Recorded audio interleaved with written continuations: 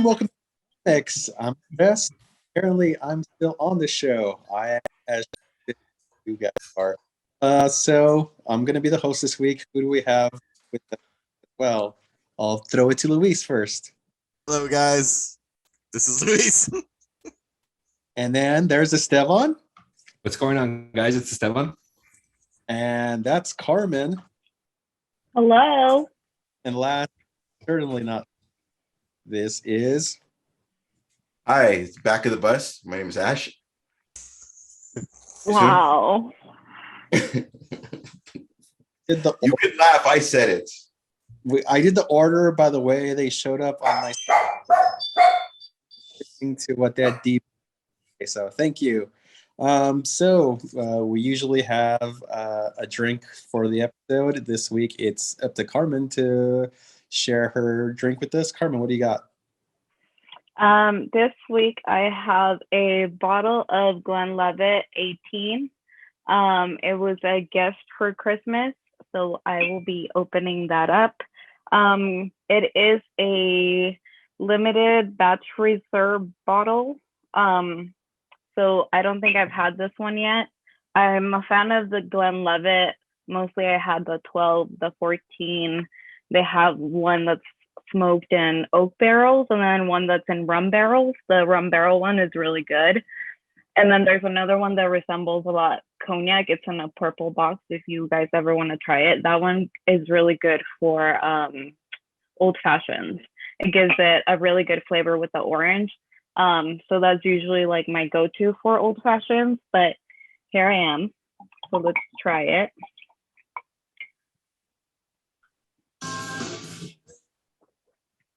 Ooh, that's really good. It's really smooth and caramelly, but not in the sweet sense of caramel, as it's like buttery, I guess. That's what I'm trying to say. Butterscotch? So yes, thank you, Andres. Perfect description. So I know this is available pretty much in every store. Like I know Ralph's has it, Bevmo, Total Wine. So if you ever want the bottle, I think I looked it up. It's about like $90, so it's not too bad for being an 18 year. I'm supposed to look up gift prices. Huh? You're not supposed to look up gift prices? Oh, I'm sorry. Well, I wanted to provide the information for the viewers in case they wanted to go grab the bottle. Don't worry, the person that gave me the bottle won't even notice that I said the price, or I wouldn't even disclose that I know the price. But cheers to you guys, and hopefully you all had a wonderful New Year's. And that's to our viewers, not to you guys. Just kidding. To you guys as well. Before we go back to Carmen, who the fuck is in a train station? Anyone? I guess I was the only one that heard that loud noise when Carmen was talking. Are you referring to the bells? Sounded like a train station. Anyways, It's the cage that the dogs sleep in. That's what it was. They were pushing around the cage because I'm recording in the kitchen. No worries. Carmen, you had a recommendation somebody gave you. I believe it was Ash. Oh, yes. The last time that we recorded and Ash was host, he gave me the recommendation to watch The Great Expectations. It was the film in 1998, right? With Gwyneth Paltrow and Ethan Hawke. I think it was like 1998. What? Yeah. Yes. The movie came out in 1998, I think. Yes. Okay. So I don't know how I'm gonna talk about it because I'm not quite sure whether I enjoyed the film or whether I did. The overall theme I enjoyed. So, but just I didn't like Gwyneth Paltrow's character at all. She just like, go ahead, Luis. What movie is this? The Great Expectations. Okay. Not The Great Expectations, but I think it's just called Great Expectations. Got it. Please continue. So it's based on a character that grows up with an aunt that has money. This is in a kind of a remote area. She's a sheltered child, to say the least, but she has been educated by her aunt to kind of look at life at a certain way. And so she behaves in that way. She then encounters the main character of the story, which is a boy, and he has some he's, it's a typical rich versus poor, not versus, but that storyline of somebody from rags is like enamored by somebody with riches. So I liked his character. I liked his arc. I also like the aunt of the girl. Oh, I forget her name. I know the character is Finnegan and Estella. Gwyneth Paltrow is character is Estella. So Estella goes away to school, and she is obviously has a lot of money. Finnegan stays in the little town that he was in. He's an artist, and eventually they meet up again. He believes he's being sponsored, and it's a destiny that he's supposed to be this grand painter so that he could be at the level, the richness level of Estella.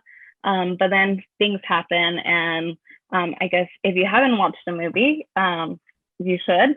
And then tell us how you feel about it, because again, it seems like it's going to be a love story. It's just not a love story I think I enjoyed, although I did enjoy some of the characters in it, if that makes any sense at all, which I don't think it did. But so overall, out of 10, I would give it a 7.5. It's a good rating considering. I was gonna say, yeah, it's a lot stronger of a rating than I expected. What saved it was there was two characters that I did like their development. Like I said, the aunt, her arc and the reason why she behaved in the ways that she said and the ways that she did, it kind of not excuse her, but kind of gives you a background of why the character behaves in that way and why she taught Estella the things that she did.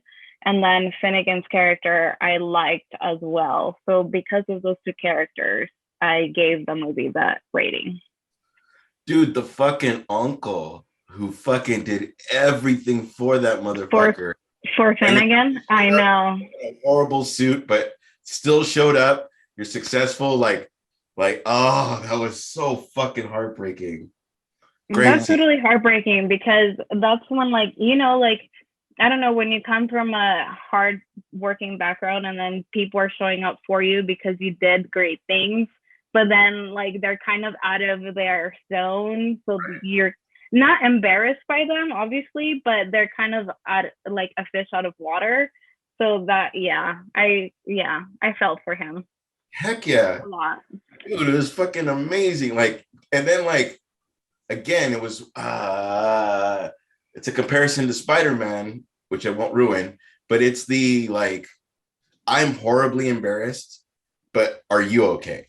Like, you fucking made me feel like shit, but like, are you okay? Like in the street, like he came out after him and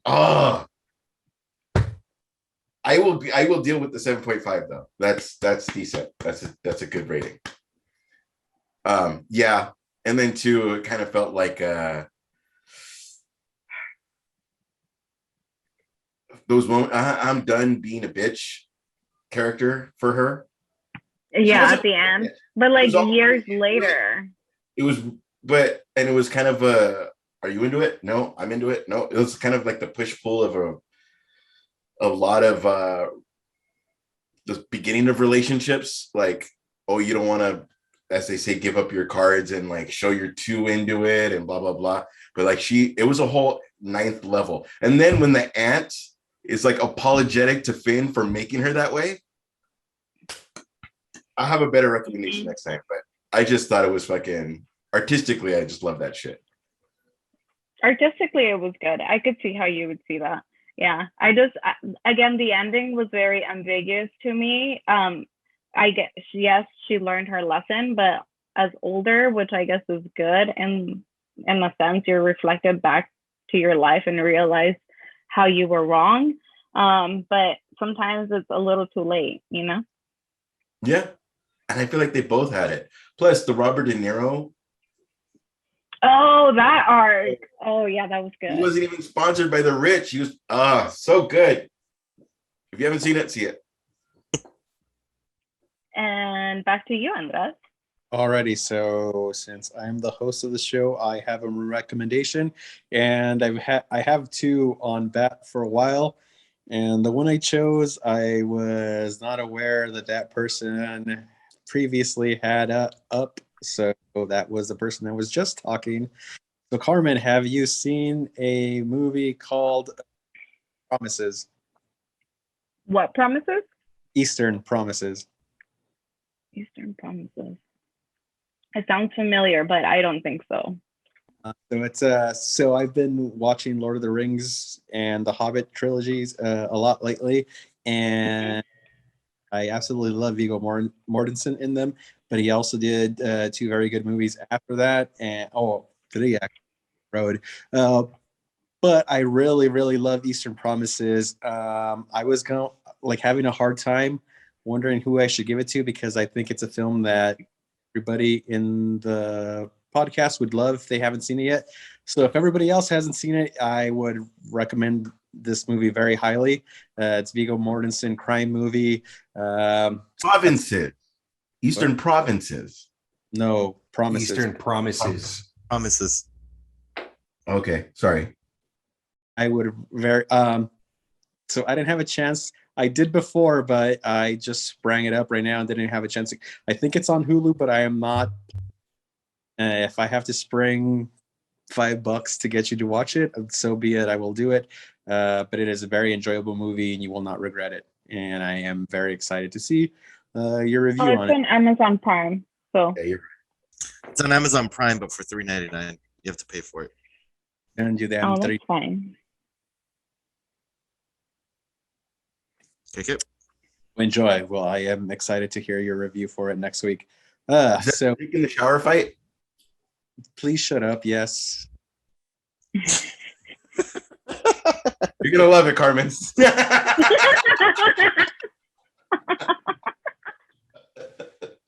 Anyway.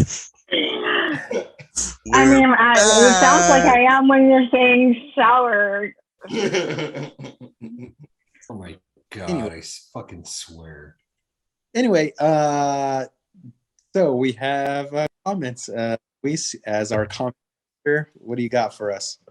Sir, yes. So this is the part of the show where we like to give it back to you guys, people listening on the other side of the headphones or YouTube or whatever. Every episode that we have a discussion, or even if you're back cataloging episodes, if you have something to say about maybe you disagree with one of us or you wanted to add something, I can't believe you didn't mention this or that. This is your opportunity to comment on it, and we will read it on the following episode. And you can hear your comments on the next podcast. So we do have two comments to go through. Number one is from Heavyweight. And this is for the last episode that we did, comics episode. We did the Christmas episode was the last episode. What a lot of you don't know is even though sometimes it doesn't seem like it, there is quite a bit of prep that goes into putting out these shows. And a lot of the time we have a little meeting before the episode starts. And sometimes we're recording even before anything happens. And sometimes we have funny little banter. So I thought it'd be fun to just kind of cut some of that stuff together and we put it out so you guys can see. And so Heavyweight was commenting on the last episode that we released on Christmas week, and just saying that how great it was to take a peek behind the curtain. And we appreciate you, Heavyweight. Thank you, sir. And the last comment we have is regarding something that we released on the 2nd of the new year. And it was a highlight of everything that we did over the last year. So we're going into 2022, and we just kind of wanted to say, hey, here's all the sketches, the funny conversations that we feel that we've had, and just kind of like give you a taste of what it's like. And Zach responds to it, Shit, yeah, that was awesome. I love all the memories of this past year. Great job on the edits. Looking forward to another year of highlights. Thank you, sir. You are too good to us, Zach, leader of the army. We appreciate you. And that concludes our comments. Again, we appreciate any feedback that we get, positive or negative. So costs nothing to you, means everything to us. If you can give us a comment, subscribe, like, do all the things, we appreciate you. Back to you, Andres. There, and thank you. Go for it, Ash. Are you not looking at Instagram anymore? Have you just given up and you're only on YouTube? I pretty much only on YouTube, yeah. If you have something on Instagram, And you're the comments guy? Is that what we're doing? what's that? And you're the comments guy, which we've praised you for like a fucking year. And you're missing all the Instagram stuff? Yeah. Although Great job. being Great a team, you can jump in and be like, "Hey, buddy, let me help you," or you can smother me while I miss something. You know, either take your pick by all means. You missed what, 2 weeks of stuff? Definitely missed. I was gonna say when Esteban sprayed on my face, but out of context, I did. I sprayed all over your face, and you loved that's your it. fucking claim to glory. But Why don't you just let us know, Ash, that you want to talk about being sprayed on the face? no, I don't. I don't know. I really don't. I just wanted to acknowledge the comments because there was a lot of people that commented on it that usually don't. So, and it was an opportunity to mention people. A conversation that could have happened in the side, but let's make it awkward in front of people. Fuck yeah. You're welcome. This podcast where we make shit awkward. And that's the cat that gave you pink eye, sir. So I No, not this one. It's the other one. Close. Next, maybe I can fuck your other eye. Easy. That's a lot of promote on whatever crap. Okay, so for those that haven't seen it, I can't get the comments. Oh yeah. Trying to vent. Here we go. Sorry. It's gonna be weird because it's gonna be a lot of happy faces and laughing faces emojis. Dree Nana is Well, why don't you explain the video first before you go ahead and read the comments? I was trying to make this as easy as possible as I'm not trying to fucking steal the show fuck. Now they brought the attention to me. Zach watched the video 3 times and he can't stop laughing. It's funnier every time. It's a lot of fucking happy face emojis that I can't really explain. Esteban, since you and then there's Mars Volta, I can't. And then there's a comment about a towel, which if you see the video, that makes more sense. But I now understand out of context. Esteban, you want to tell about the time you sprayed in my face? Okay, so we had a little get together. It was a Friendsgiving, and I challenged. That was Ash. also your birthday. Don't throw that shit away. Thank you. I challenged Ash to shotgun a beer, but little did Ash know that I purposely shot the beer out of the other end and sprayed him in the face with the beer on purpose. Yeah. Dun, dun, dun, dun, dun. Dude, yeah. There's no way that was a dead stop, but there was comments on, okay. You from now on, you handle all the YouTube stuff and I will handle the comments for Instagram, Luis. But you have to end with your little like means everything to us and then like your little fucking Sally Struthers thing at the end. The show. Thank you. Taking time. Cut that out. Thanks. And before it was derailed again. So first topic is Morbius is delayed to April 1st.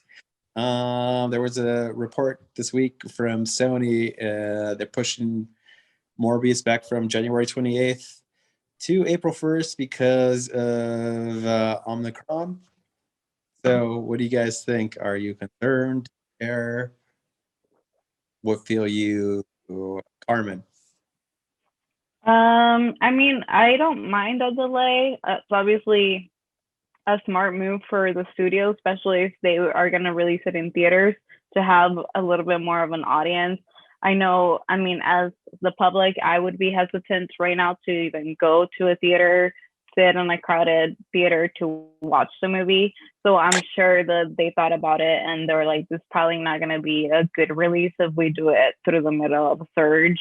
So I don't mind that it's being delayed. Whatever. I mean, am I excited for the character and what's going to happen with the character? Sure. As I'm just excited about everything else. I learned to be like Louise, where I don't want to hold expectations and then just be surprised whether it's a good movie. I'll take it for what it is.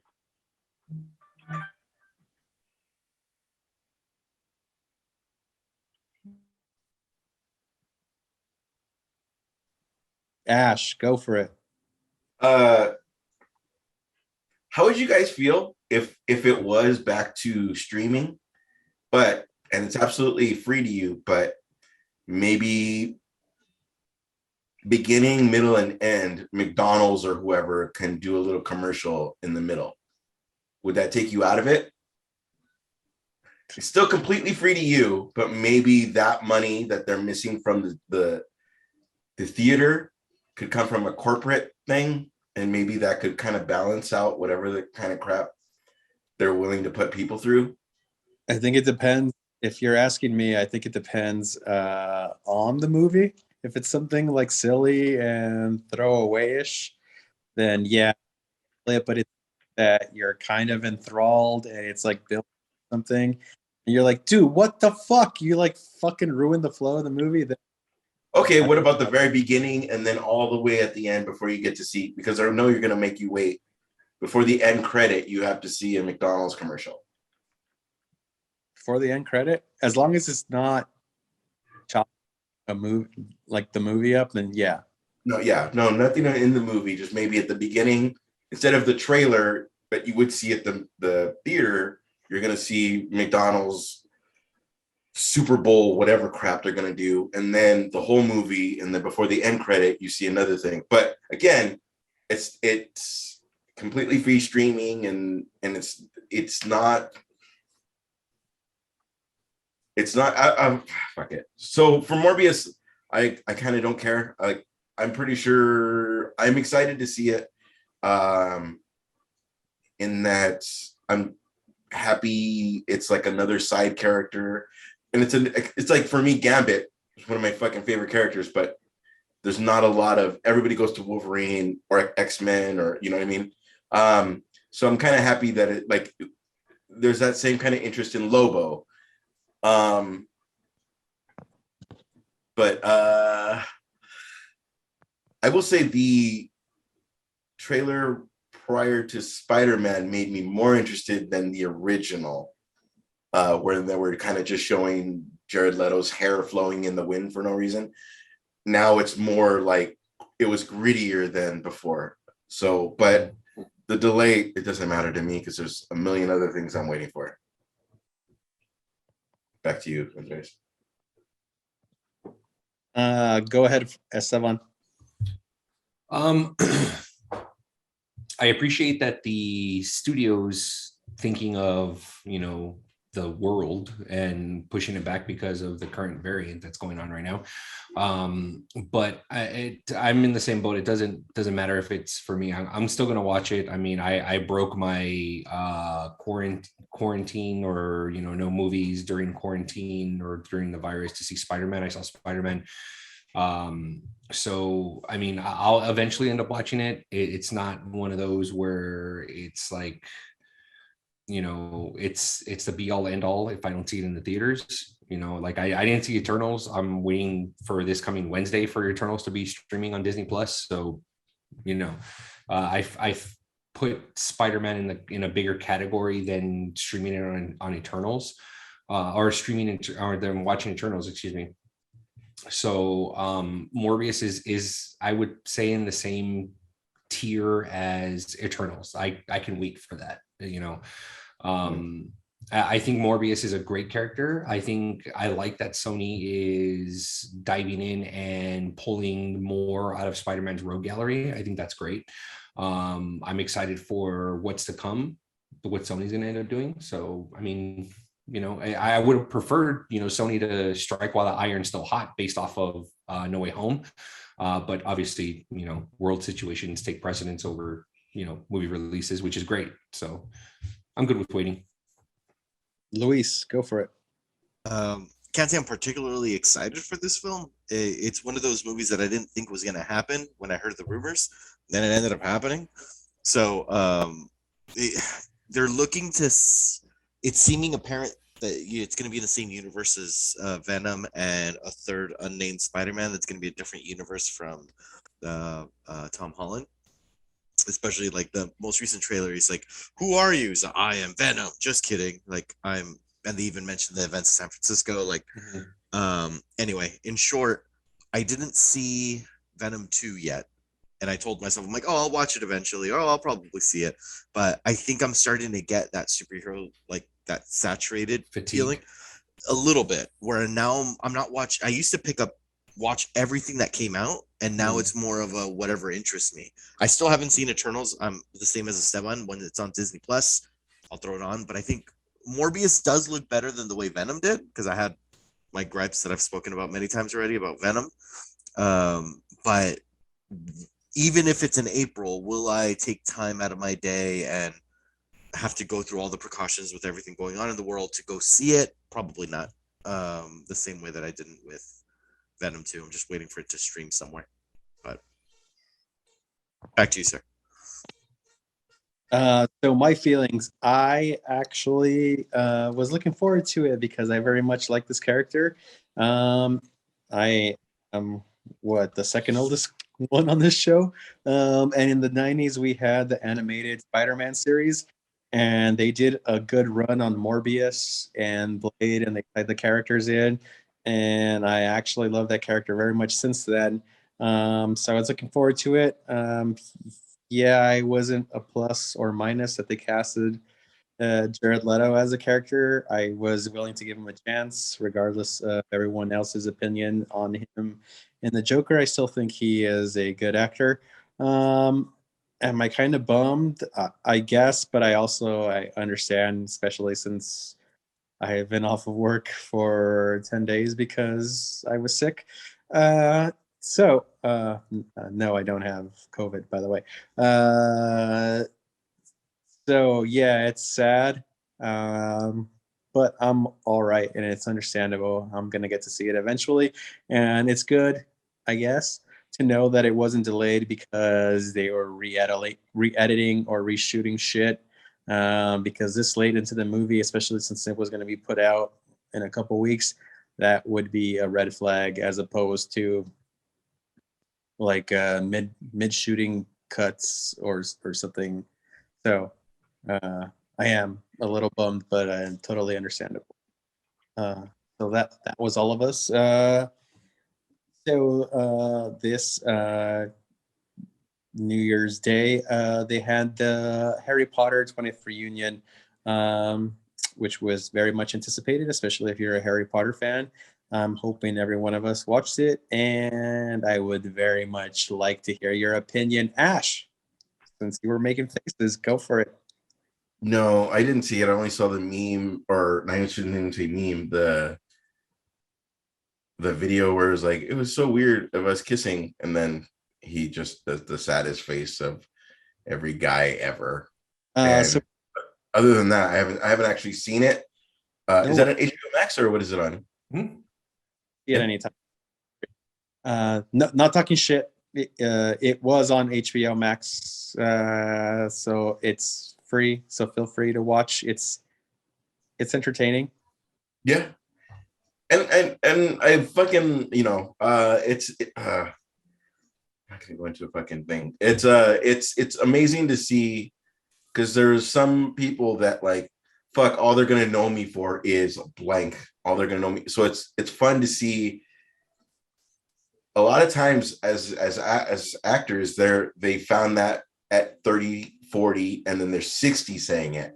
They found that as kids, and now adults kind of saying, they're clearly adults, but I'm a lot older, so they're still kids to me.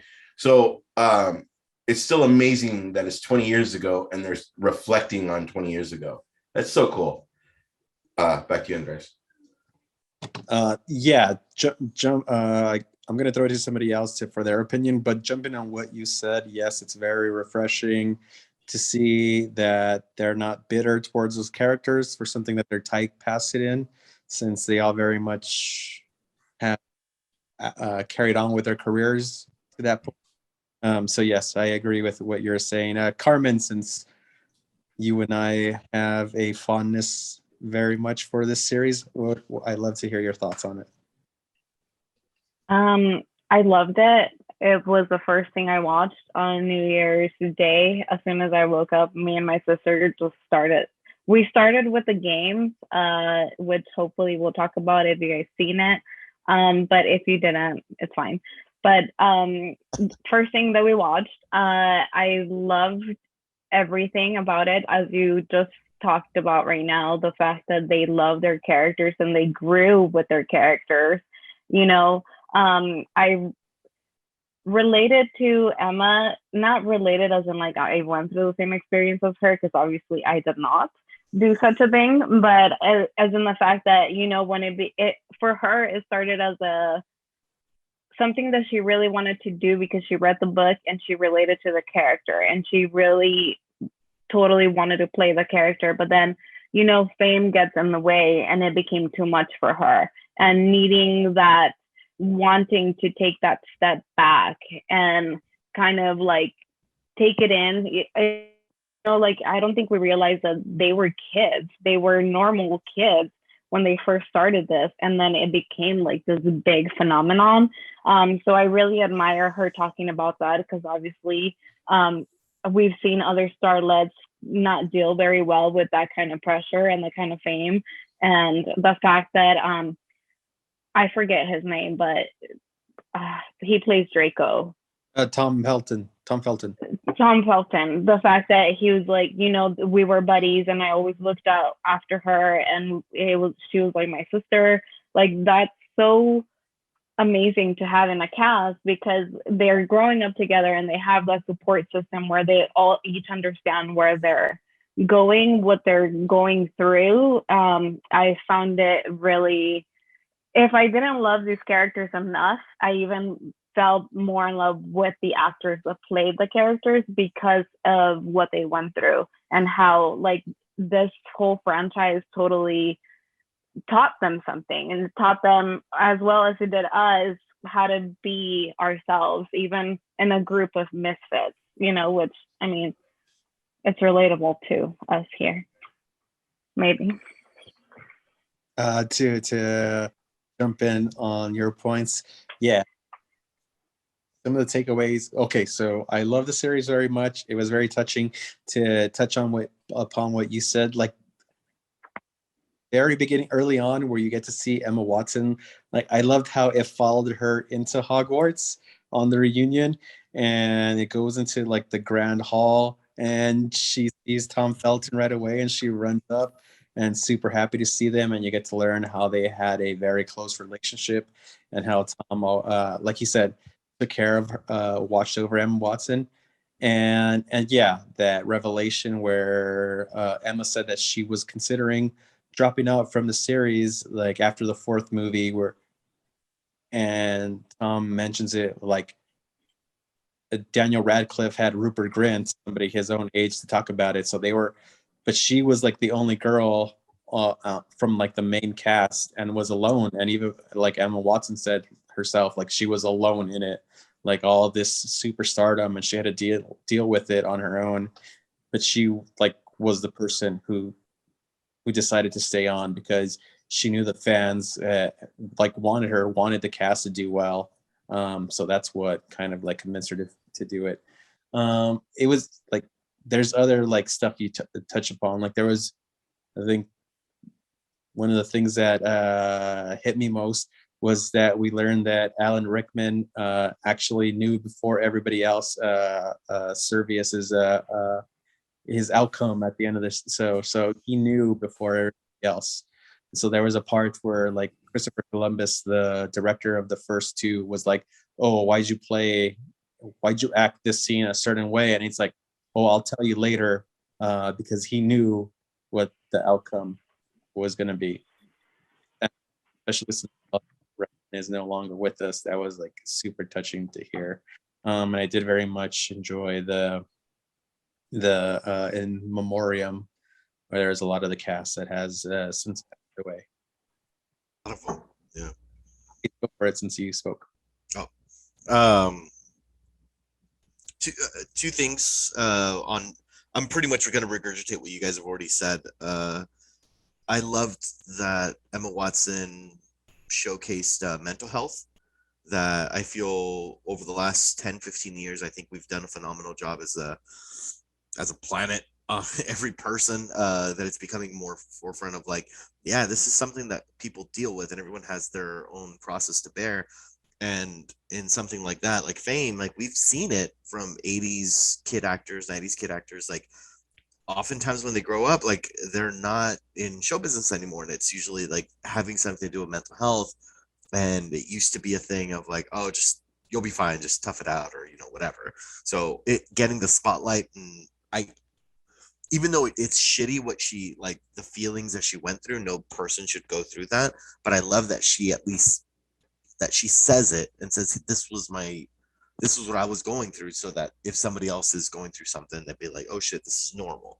Like, things can feel heavy sometimes, and obviously in a much lighter scale, because fucking Hollywood, everyone knowing who you are when you go to the grocery store versus what we do on a everyday. But I was very touched by that. I obviously, with the characters and everything, one of the big pieces that I wanted to touch on, you guys might have seen, that there was a little spoof in when they were talking about Emma Watson's past, that they when they were talking about her as a kid, they had her in front of a Mickey Mouse ears. A birthday cake with Mickey Mouse ears, and that was they Googled Emma Roberts by accident instead of Emma Watson. Yeah. And so the picture that's on the reunion is actually Emma Roberts, not Emma Watson. And that the fans, I guess, called him out, and then they're like, oh, good, you got us. Like, so one of the producers, I guess, fucked up, like fibbed when they searched the photo, which I thought was funny. But ultimately, I thought it was good. I'm not gonna lie, I wanted a little bit more. The only thing that I was waiting for, I was holding my breath, was a long table of the whole cast, to like where they can all talk to each other, because it was like, oh, these are these people from this movie, and then they did it in chapters per film. And I was comparing it to the reunion of Friends, which I didn't even really watch Friends, but my girlfriend was all about it, right? And I was able to get into it, even not knowing so much. Like, I'll see an episode here and there when it's on in the apartment, but like, because they brought in not only the main cast, and it's like, and then from this one episode, and then from this other episode, and it was just like, and then the room kept getting more and more big, and it was like all these callbacks, and I was kind of waiting for that moment where it was like the whole class or something, where they can, like, what could you say to these people, something like that. Like, and I know I'm nitpicking at this point. I very much enjoyed it, and I have utmost respect for the director of the first two films.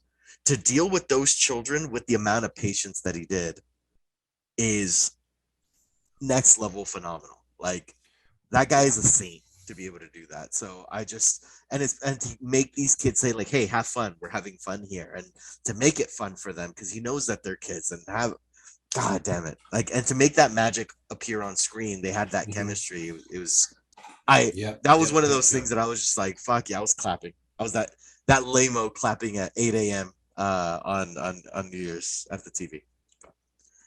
Back to you. You were awake at 8 a.m. on New Year's? Dude, I normally wake up at like 4:30. So on my days off, sleeping in for me is like 7 or 8.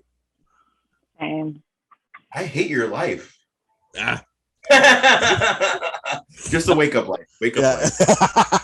It's got really deep.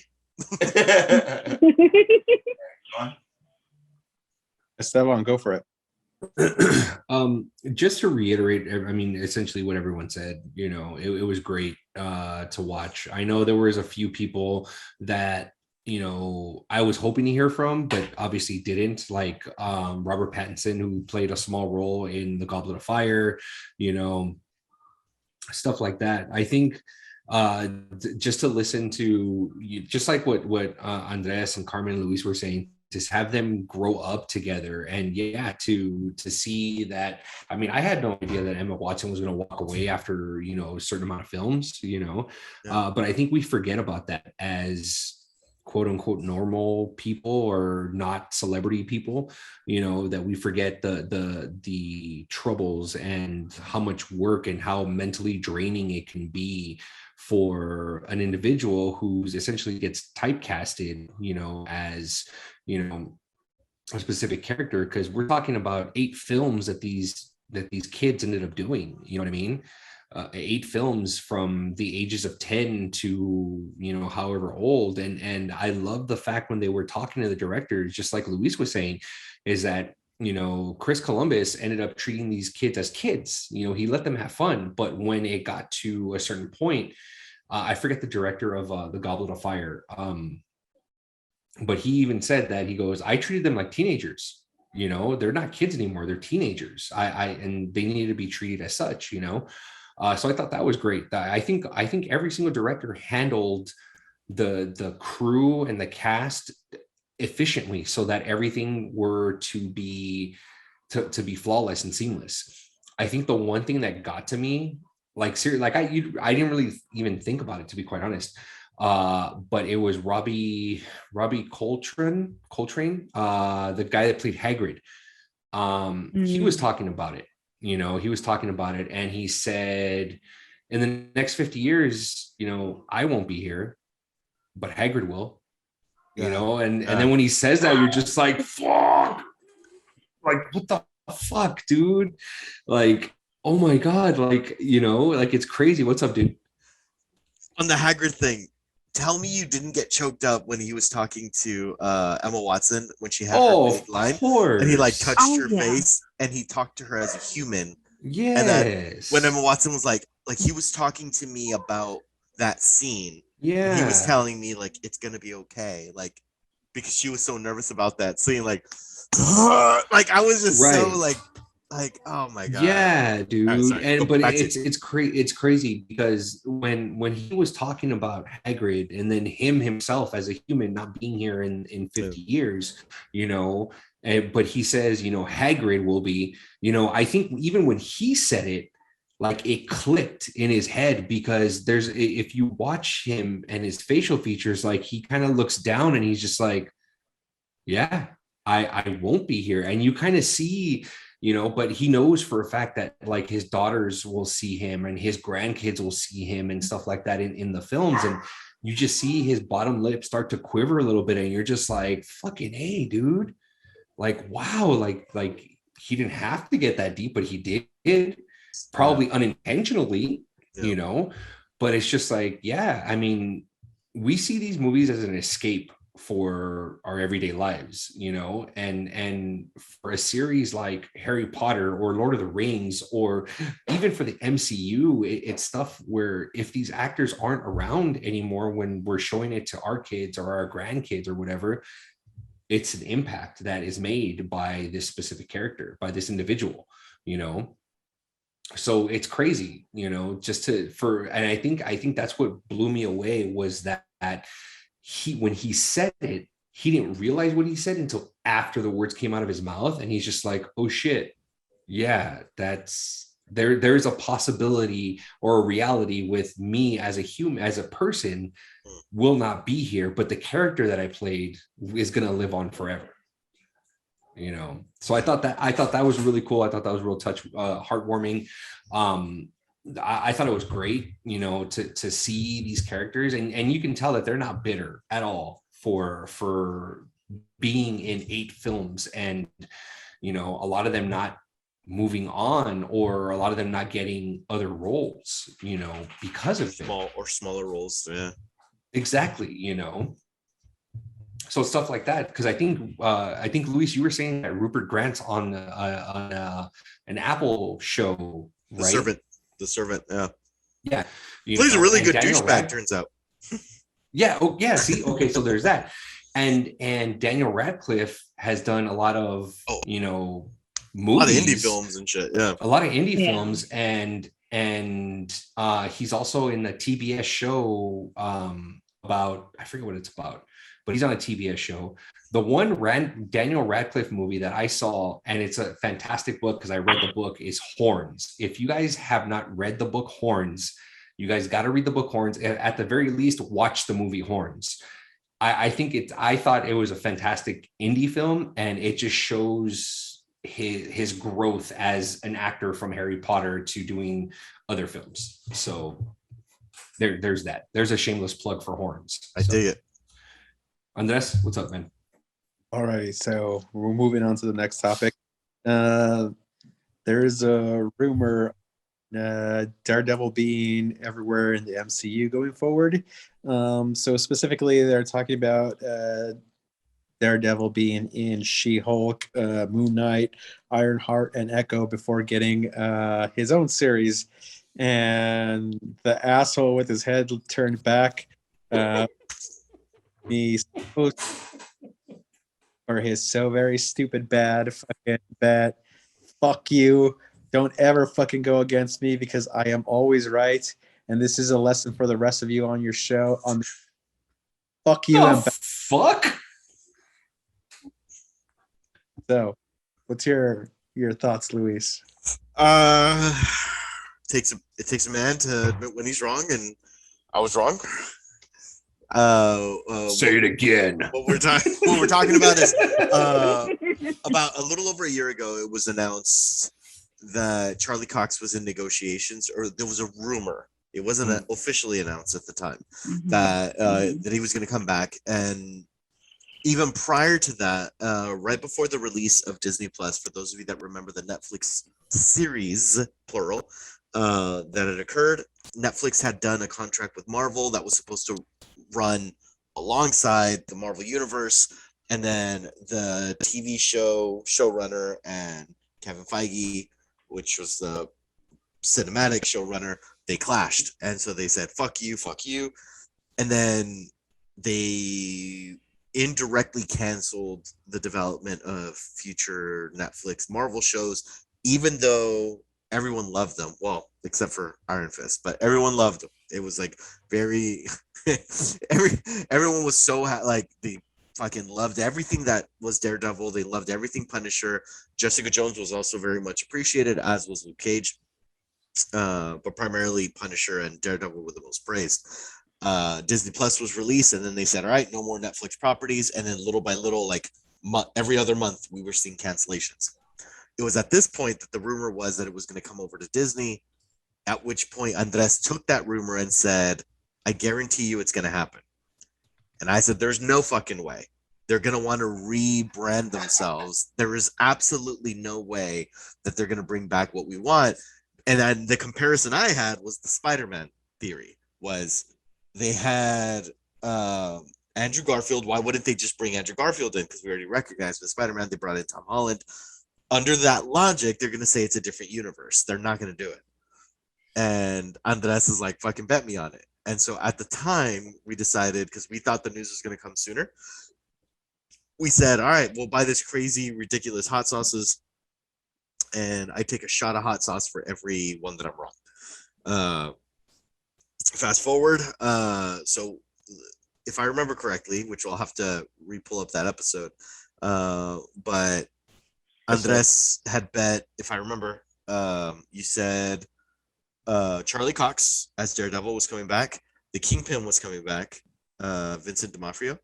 Karen Page, the reporter in Daredevil. And I think you also said Foggy, right? Did, yes. And he said, or he threw Karen Page and Foggy as bonus. And so the bet was, for everyone he got right, that I have to take a shot of hot sauce. But for everyone he got wrong, that's how confident he felt that he would take a shot of hot sauces. So 2 of those haven't been confirmed yet. but I feel that it's only a matter of time at this point because if we're using the same universe essentially where Daredevil existed, it only makes sense that Foggy and Karen Page come back in. In any case, it's not over yet. And then Ash then drunkenly said, "I'll do whatever the loser does," meaning he's gonna do everything. So there's that. And I'm only adding to my own pain.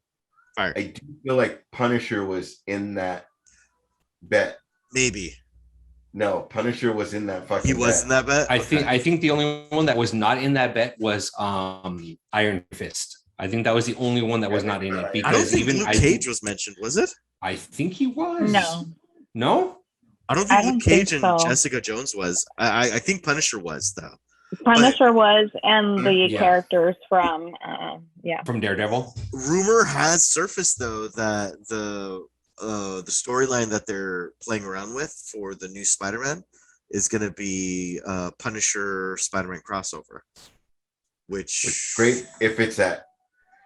Bro, for every comic book lover right there, if that happens, if that crossover ends up taking place, I guarantee you, the Amazing Spider-Man issue 129, that fucking book is gonna skyrocket, and it's gonna be insane, because if you have Tom Holland and John Barenthal in the same movie, it's gonna be fucking bananas. And if you guys, and I'm telling you right now, and I guarantee you Comics Alliance is going to agree with me, if you guys do not have a copy of that book, you need to get your hands on that book. And I guarantee you that book is not fucking cheap. It is not cheap, because right now, I believe a graded book at a 9.0 is at least, what's that?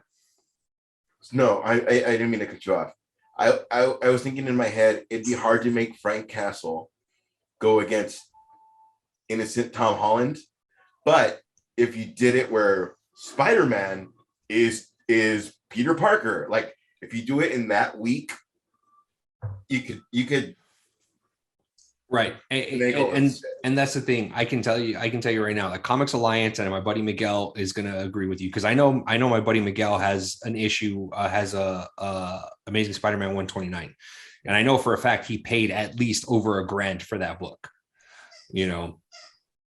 So I guarantee you that if you guys don't have a copy of it, get a copy of it, because if that does happen, that book is going to end up, and you guys want to flip it, you guys are going to make so much fucking profit. It is ridiculous on how much profit you're going to make off of it. God. Comics flip my comic. Comics flip my comic. But I don't think we have any more room for any segments. To answer your question, Andres, it sounds wonderful, and I'm sure we're going to see it more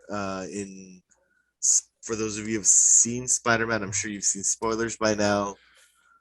That scene with Charlie Cox is probably, and there's a lot in there that probably got me the most excited.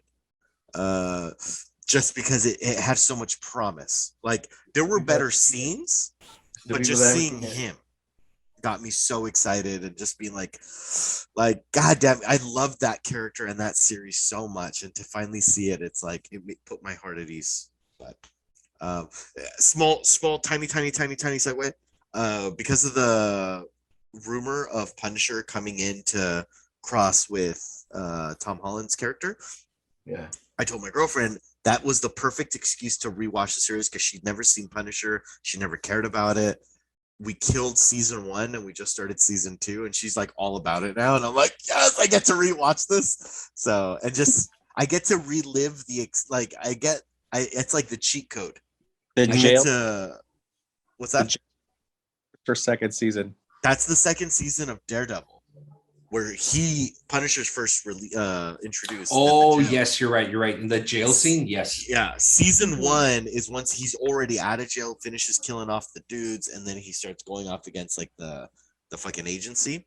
Mm-hmm. And so the cheat code in life is you get to watch something that you love and enjoy it, and then you wait a couple years, and then you show it to someone you care about, and you see the excitement through their eyes, and you get to relive that excitement. And it's like I get to enjoy this twice. Like, oh God, it's so great. Anyway, because she's like, "Who is that? What's gonna happen?" I'm like, "I don't know." And You're like, a part of me really doesn't, because I'm like, I don't remember. Like, I remember the end, but I don't remember the beat. Have you ever had a friend that is like more like, no, I don't like to be surprised. I want to know what's gonna happen. And you're like, I'm not gonna tell you. Why are we watching this if I'm gonna tell you what's gonna happen? Like, yes, I don't want to be surprised. Then let's go leave football, or let's watch. Like, let's not watch a movie that I've seen. Like, okay, yes. But I'm gonna say right now, I'm gonna put it out there in the universe, and I hope Andres goes through with it one of these days. But I think Andres would be not anal. I think Andres would be perfect. I think Andres is perfect for Daredevil season 1 cosplay as Daredevil. Watch the original, the black costume with like he scrapped together is my favorite. Yes. I think, bro, I'm not kidding you. I'm telling you right now, with your build, and I'm not flirting with you, but I mean, if you want me to, I will. I get a lot of bird box. But with your build, bro, I think you can pull off that fucking cosplay, fucking, as Carmen would say, chef's kiss, and it would be insane. Like, I'm not kidding you, bro. I think you can pull that off fucking amazingly. Andreas. Yes. We'll capitalize on that and say, if you do that, you get to pick what we all will cosplay. But you have to fucking go like at least LA Comic-Con status. It can't be like fucking pajamas. It's got to be like dibs on Elektra. No, whatever character. Like, if I have to play fucking Chef from South Park, I'm gonna do it. Like, whoever you choose. I like how you pick Chef from South Park. I picked it for myself, but I'm saying I know. Yeah, bro, I'm not gonna get fucking Brad Pitt from Legends of the Fall. I'm gonna pick something I can legit do. Why not? I don't know, but who agrees with me that Andres would pull off fucking Punisher season 1 cosplay? Wait, Punisher? I think said Daredevil. Oh, I'm sorry, Daredevil season 1 cosplay. What did we say? I see. I thought you were going to go the angle of Frank Castle. I think you would do a good Frank Castle. Daredevil, I don't really see it. Wow. You don't see it? You don't see it? Frank Castle, like, I can totally see him just like fucking geared up. Like, hell yeah. And then we'll give him like a weird, complicated, like calculus thing, I think in my brain is already I have this stupid lens because I used to play in a band with Ash, and me. Oh, are we broken up? I was the drummer. I mean, I guess we do. I don't know. Broke up. I don't know. We haven't played in over a year. And the lead guitarist, I was the drummer. The lead guitarist would play a song that I was familiar with, and so he'll start the riff, and I'll hit the drum notes. And said it once, and it was just always in my head. When he didn't know the song because he was newer to the band than everyone else, he would close his eyes and he'd like do that thing that Daredevil does, like when he's like listening into and he said it once in practice. He's like, I feel like Daredevil season 1 when you guys are playing a song that I don't know. I'm like, like, well, I have to figure it out. Like, okay, that's a G. Okay, no, but and so I just always associated, like, if I ever saw Daredevil season 1, I that's Ash for me. But it was because of that. I always found it funny. And I'm always, the drummer's in the caboose. He's in the back seeing it. So it's just like he'll stop playing for a second. And it was like drummer's in the caboose. I don't know, man, but I'm just saying. I think Andres can pull off that cosplay extremely well. I mean, the man also has a mouth. He can say what he wants to do. Pause. If you're watching this, pause this and then see the fucking hallway scene. And then rewatch. That's what I'm talking about, bro. And then continue. The hallway scenes are shit, yo. Welcome to the show. They started season 1 of Daredevil started that whole long fight sequence one shot. God damn it, so well, beautifully. The Season Protector. season one was my favorite, but season 2 was good also when he's going up the staircase. Oh yeah. And then season 3 felt next level, like unreal. You've never when he seen was Ong in Bak? prison. Or the Oh Protector? yeah, Umbach. Okay, so they didn't start the one shot. No, No. okay. I'm saying that Okay. they No, started. but he's saying, yeah. Yeah. Okay, my bad. When you said they start, I thought no. That was a video game, son. That was amazing. Yeah. Anyway. Well, have you guys? I'm so sorry on this. We're doing this too. Has anyone seen the movie Riot? Riot? Yes. Yes. Seen it once. Seen it once. Indonesian film. Okay, look up what that's on. I'm down. I think it's on. I saw it on Netflix. I don't know if it's still on. It might be on Netflix. I think you're right, dude. They do a one shot, whatever. So many, Bro. and it is like the action. So it was recommended to me. The second they said it was a foreign film, I was already out. But it's Welcome to America. It's I'm America. It's an Indonesian film, and this dude is it's essentially a rookie cop that they're breaking up a riot in a prison, and the fight sequences are like John Wick level but faster. It's like Umbach, John Wick have a baby, and that's the movie. So it's like called Riot. I'll have to look it up. No, it's not called Riot because I just Googled Riot and Dolph Lundgren came up, and I guarantee you Dolph Lundgren's not in that fucking film. If he dies, he dies. Oh my god, That's fucking Rocky, bro. It's Rocky. That's Rocky doing Dolph Lundgren. Oh, my bad. Which I liked in Creed 2 when they talk and they like realize they're both human beings and it's not a dick. Yeah. Sorry. Spoiler for Creed 2. Bro, Creed 2's been out for. Oh, sorry. It's not called Riot. It's called The Raid. The Raid. There it is. They're raiding a riot in a prison, and it's an Indonesian film. And it's on something? It's on Vudu right now, but it's you gotta pay for it. No, you gotta pay for it. You gotta pay for it. Okay. All right. Oh, and actually, I know we talked about John Wick a second ago. In John Wick 3, the Ninja Turtles. The little short dude that he fought in John Wick 3, that is the main villain in the riot. Okay. Bingo. Damn. The Raid, you mean?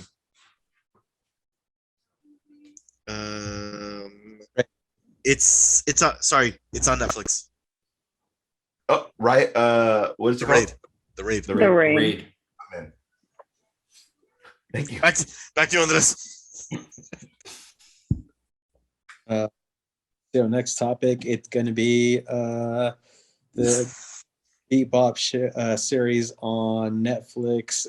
There was a petition going out to make Netflix do a second season, and it got up to 100,000 signatures on change.org. I have yet to see it.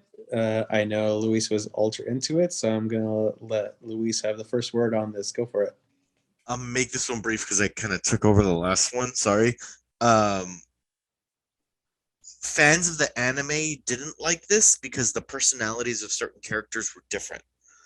However, that being said, someone that hasn't seen the anime, I came in with no opinion, and I was just like, let's just watch this. I thought it was very good. It had certain CW cheese elements to it, but the action was next level. Like it was very visually stunning. It reminded me a lot of Scott Pilgrim versus the World in very flashy combat, and like it was just beautiful cinematography. I was watching it. I stopped for no reason other than so much content out there, but I would love for them to continue doing it. I thought oh my gosh, I forgot the main character's name. John Cho. Yes, I was very much impressed with his physical transformation in taking in that role. So I would love to continue seeing where that goes. Carmen, what are your thoughts? It's great when the fans want a show back. I didn't watch the show. I never got around to it. It's still on the list of things to watch. But usually when fans are motivated enough to do a petition and try to bring it back, I mean, that's a good sign that the show was great. Yeah. Luis, go for it. I mean, sorry, Ash, go for it. Sorry. It's funny because fans are the ones that are like, you didn't even show them smoking. You didn't even show them like whatever their little thing is. Yeah. They want you to go from springboard from what we already know. But how many times do we have to see Uncle Ben die? We do. You know what I mean? Like, how many times do we have to see Bruce Wayne's parents die? Mm-hmm. Just for the off chance that 5-year-old kid has no idea who fucking Batman is. But Cowboy Bebop, that thing's going to be number 3 for 3 weeks. And there's people that watch Netflix and they need to be explained why is that number 3? Why am I watching this? Blah, blah, blah. Mm-hmm. Mm-hmm. And then it either goes further up or it goes to where it is. And what sucks is the people that know it and the people that can't wait for it, they can never deal with, bro, we have to start from, we're going to give you as much as we can, but we have to kind of start ground zero to explain our shit. So that it's not like all of a sudden we're dealing with the 8 bad guys you already know, like this guy's already in his character. We didn't get to do the I'm a dick, you're a dick, we're all dicks together, but we all get dick. Like, yeah. Right. We're all like it. You have to give everybody a chance to do that. And it at the same time, as a writer, they have to figure out what brings you in and get new fans. Like, I'm thinking of it almost like wrestling. Like, how do I make this fucking person care as well as get another person to care about this show? So I'm glad that they are trying to save it. But to be honest, those are probably the same people that were talking shit about it to get it canceled in the first place, or not even watching it. Maybe if they didn't even watch it and they watched it and went like, oh, this is good. You know, just whatever the situation is. Because it started out in the top 10. Like fucking anything that gets released in Netflix, in the beginning, it's going to be that first fucking week. And you're right. like, I know I did. I know I didn't even see John Cho until like the fucking whatever. But I hope it becomes a thing, because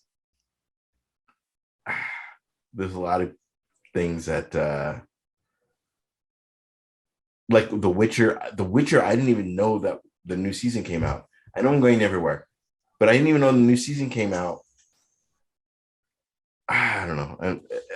But good. Bro, job. that new season of The Witcher is fucking dope, bro. Yeah. Well, I thought you were. See, I bring up a lot of things in the. But no, but I understand what you're saying. I get what you're saying. Like, hey, 3 weeks till The Witcher, 2 weeks till The Witcher. No. I know, and that's what I'm saying. Like, I completely understand what you're saying. I was watching The Mandalorian. It's the presentation. The presentation, right? Like, and hey, by the way, Cowboy Bebop. Right, and that's the thing, is that I saw the first episode of Cowboy Bebop, and I thought it was great. I liked it, and every time while I was watching it, I thought of what Luis was saying. It's very reminiscent of Scott Pilgrim, which is cool, and that's what I like. I like Scott Pilgrim, so I really dug, Cowboy Bebop. I'm gonna finish it, Yeah, you are. But it's like I saw the first episode like the day before The Witcher came out, and right now I'm hooked on The Witcher. Because I want to see Henry Cavill and I want to see him just go. No? All right, it's just me. You don't have Pornhub? He's not on Pornhub. I already checked. And that's the funniest you've ever been ever. That was Really? Ever? Like, what the fuck, bro? Wow. Ever? I know. Just, I shotgunned a beer in your face. I know. No shit, dude. I've shotgunned a beer in your face, and that's the funniest I've ever been. Fuck the you. funniest. Yeah, you're the best. I know I'm the best. 2 of Witcher on my to-do list. Bro, it's really good. Like the first 2 episodes, Have a shot. the first 2 episodes, like fucking get you hooked, dude. Is it better than the first season? Because I stomached the first season. The first season was slow, but it's just like the second season, you jump right into it, dude. You jump right into it. So I think it's great. I like it, you know. So you know, I gotta finish it. I think I'm like 3 episodes in. Okay, I dig it. So I'm in. I finished the bottle. Wonder. You So stomach the first season of The Witcher? The Witcher was good. It's good. Yes, it was. Sorry. you. Moving on to our last topic, give a review on Spider-Man: No Way Home, and I haven't seen it yet, so you're not, but it's been many a time. So knock yourselves out. Fucking Ash, go first. Anytime now. It's hard, man, because I still don't want to ruin it for you. Don't worry about it. I pretty much know everything that happened. It's not.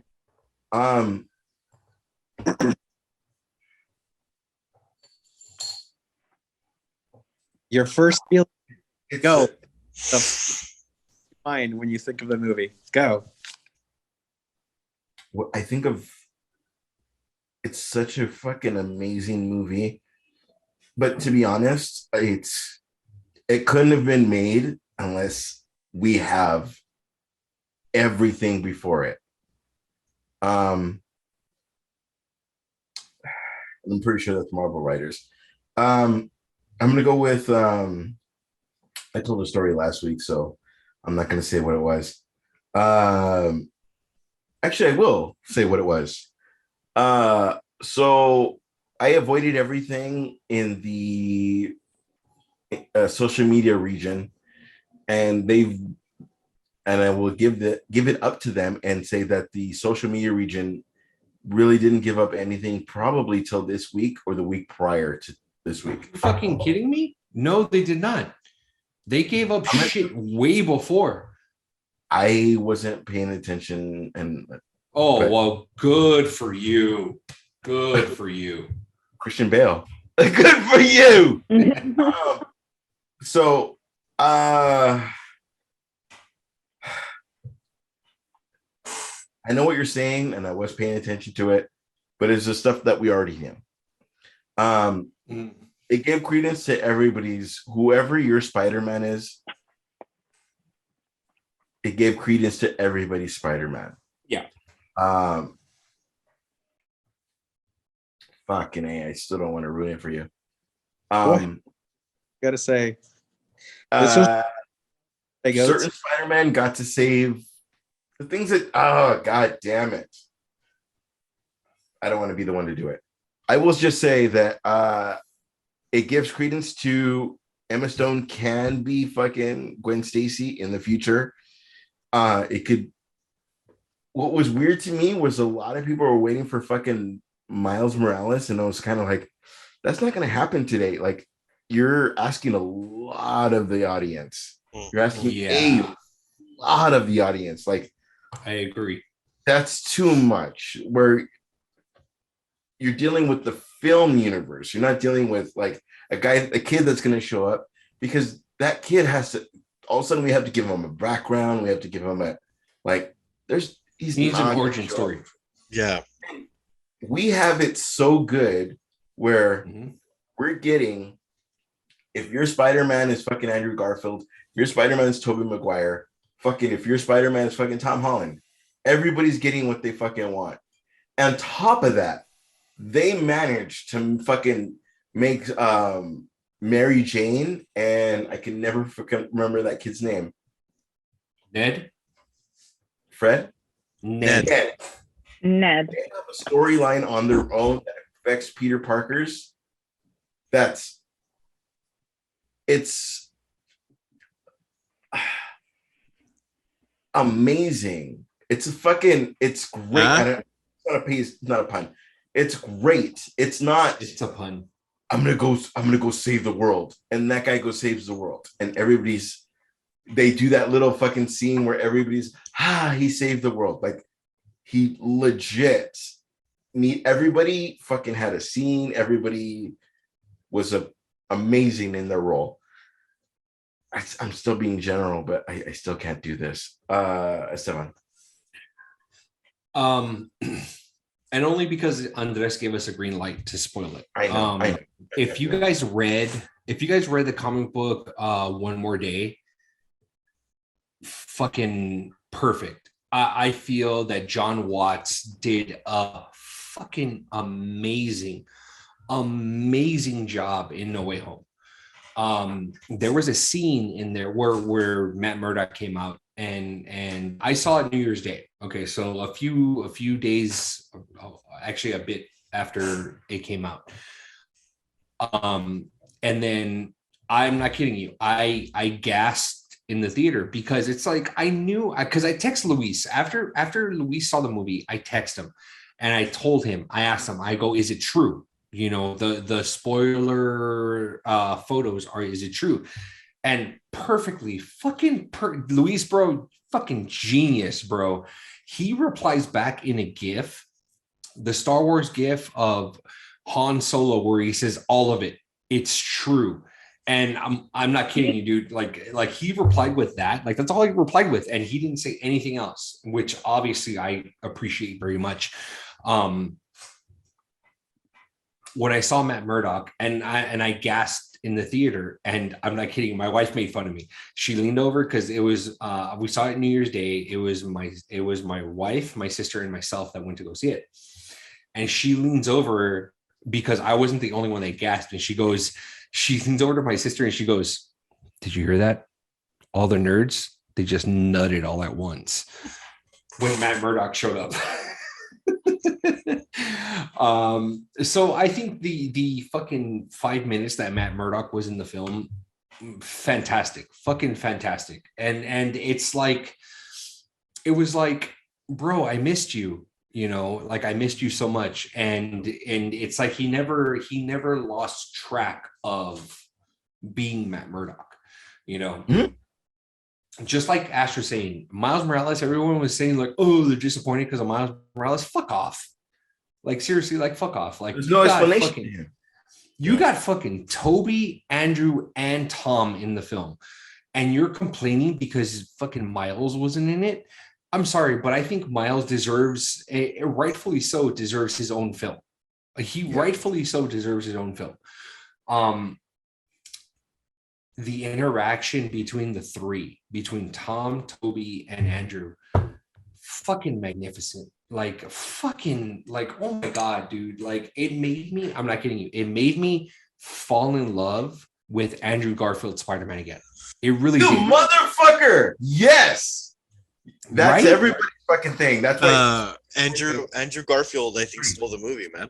Yeah, bro. He really did. He was fucking charming as shit. There's a moment in there where right before the battle, he looks at everybody. He goes, "You know what, guys? I fucking love you." and Toby and Tom are just kind of like, "Okay, man. Okay, cool." And I'm just like, you know what? I'm not kidding you. It fucking hurt me that no one said I love you back.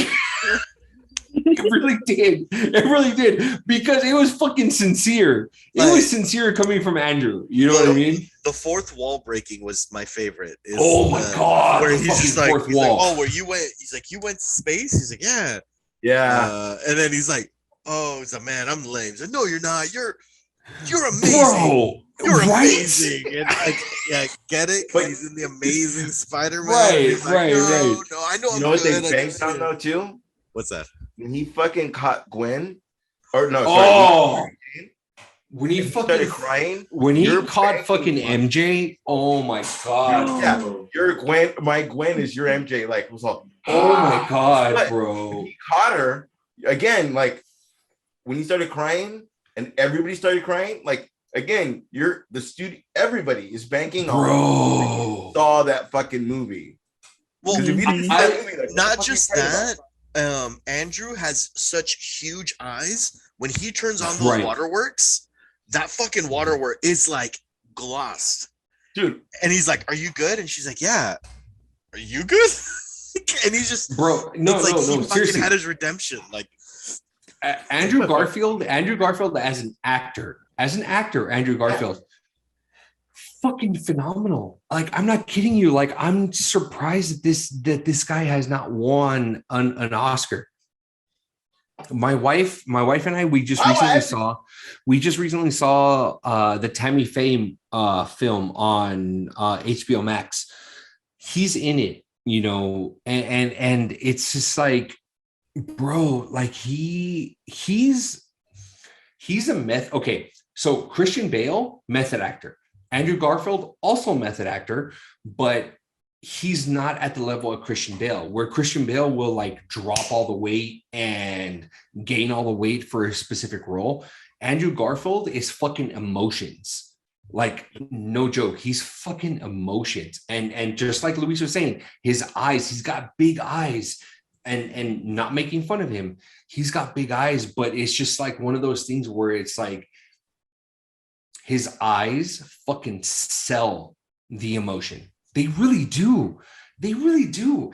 And it's, if you guys don't believe me, you guys have to watch his other work, The Social Network, The Eyes Through Tammy Faye on HBO Max. Any other film that fucking Andrew Garfield is in, you guys need to watch it, because he puts forth a fucking effort, and it is mind-blowing. It really is. He is fucking hey, dude. He is the Amazing Spider-Man. Tobey Maguire is Spider-Man. Tom Holland is the MCU Spider-Man. Andrew Garfield is the Amazing Spider-Man. Ash, what's up, dude? You have something that you need to get off your chest. Dude, the scene where Gwen goes up to him and says, like, I haven't seen you in weeks. Where have you been? And he cannot look at her in the eye.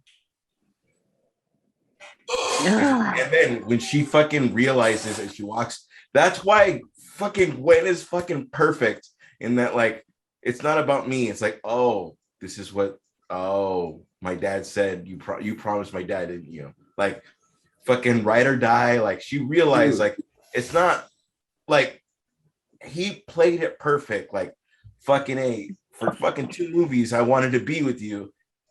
No, Lizard one. But like, he played it. Oh my god, bro. Okay, that it's weird because one, he got to save Gwen, but they kind of made him where Toby and Tom Holland were like, okay, you and me. But at the same time, they played up the emotional part of it where, like, when stuff happened, I'm still trying to not ruin it for you, Andres. Bro, we've already ruined a lot of shit for him.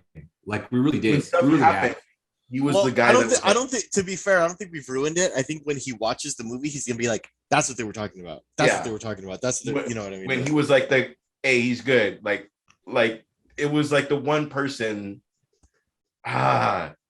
Okay, no, I have a question for you, Ash. I have a question for you, because the last time that when we recorded for the last episode, you said that you went to the bathroom, okay, and then a kid. I was gonna give that whole story, but I can't give that whole story. Okay. My bad. Okay, so don't give that story then. Okay, no, because that's the part that I want to know. Because, like, no joke, I was watching the movie. I'm like, what part was he talking about? Which part was he talking about? So I'll talk to you later about that. Esteban, can I say this? Yeah. I love drunk Estebas. Estebas? Wow. Is that his alter ego? I love drunk Esteban. Bro, this bottle was at half. It's like fucking... Dude. Love drunk Ash. No, the you know what? And you know what? No. Time out. And Luis, I hope you kind of edit this, but I want to give a big thank you to Melissa for this. She gave me a Jameson IPA edition for my birthday. Yeah. Okay. When was your birthday? This, if you guys have not tried this, this When was was your birthday? fucking delicious. When was your birthday? November 27th. Okay, so turn the bottle around so we can see where you're at. Right here. November 27th. Right here. And what is today? Today is January 5th, 4th. Thank you. 4th. Relevance. That's all I want. So thank you, Melissa, for the Jameson, the IPA edition. It's very smooth, very, very smooth. It's delicious. Andres, what were you gonna say, bro? I was gonna say that I'm taking back my say one thing before I give it to the last person that's going to talk about Spider-Man is I am happy to hear that everybody loves Andrew Garfield in it because he has been my favorite Spider-Man since the first Amazing Spider-Man, and I'm glad that he is getting his I'm going to put it as so I'm very happy about that. And Carmen, since we have yet to hear from this, the love talk endlessly and shut the fuck up so everybody else could say their peace of mind. Carmen, all yours. Take all the time you need. I really love to listen to all of you guys talk, especially when it's about something you are all very excited about, because it just brings me back to exactly what was going on in the theater when the movie was playing. Is the excitement through the fans that are fans of Toby, that are fans of Andrew, that are fans of Tom. You know, like I know, as I said, my sister's experience to these movies is very different than my experience because I have watched all the other content and she hadn't. So when the role was revealed, like she had no idea why people were gasping in the theater, you know? So like just knowing that there's different generations that are enjoying the movie at different levels, and just to hear like that excitement that you guys were discussing it with, like it's so amazing and I love it. And that's exactly how the movie made me feel, because I just sat there in the theater enjoying the movie, but also enjoying everybody around me enjoy it, because it's like, it's kind of like that Christmas present, you know, like as a kid, you always are excited to go open the present because you don't know what it is and is it for blah, blah, blah, whatever. And it's like that excitement, it was what's in the theater. Everybody had expectations or didn't have expectations, and we got that and more. And I thought, honestly, that there was a lot that was going to be happening in the movie had all of what we expected to be shown, and the way that it was done, it was perfect. Every character had their redemption or had their moment on the screen that kind of highlighted why they were that Spider-Man or why they were that character. Even the arc with the I don't want to call them the villains, but like the anti-heroes that were in the movie, that was great. The way that it was portrayed, the actors, it was just like amazing. It was an amazing movie overall. I think it's a really up there movie that Marvel has done. I probably would put it up there with like all the end games, even like probably like above it, because I think it was the chef's kiss done beautifully.